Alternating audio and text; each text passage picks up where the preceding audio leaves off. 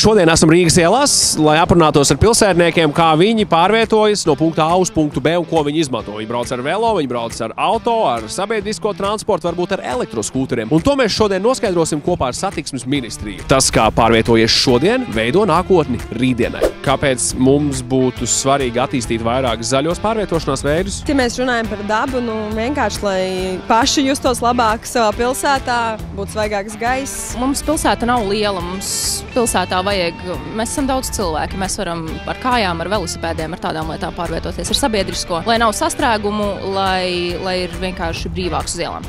Viens no iemesliem gan jau tāpēc, lai mazāk cilvēkiem būtu par ko čīkstēt, no otrs, lai mazāk būtu tā klimata pārmaiņu kontrole. Pirmkārt, jau ir vienkārši jāsaprot to, ka notiek klimata pārmaiņas, mums ir jārīkojas un jādara viss, lai mūsu nākamās paudzes varētu dzīvot normālā pasaulē. Šie zaļie pārvietošanās veidi vienkārši viens no tiem soļiem.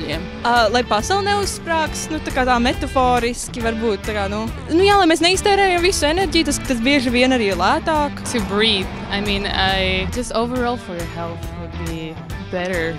Veselīgāk, ātrāk var tikt izpur šeit, vismaz centrā Rīgā. Varbūt ārpus pilsētas, protams, ir cits stāsts. Bet šeit šie sastrāgumi un pārpildītās ielas, es domāju, ka visiem nedaudz vieglāk ir. Jo notiek gaisa piesārņojums. Mums ir jākopj planētu, kurā mēs dzīvojam. Lai nebojātu dabu, lai nav kaut kādas globālās sasilšanas. Tāpēc, lai mēs izdzīvotu ilgāk. Un atceries, tas, kā pārvietojies šodien, veido nākotni rītdienai. Kampaņu līdzfinansē Eiropas Savienība.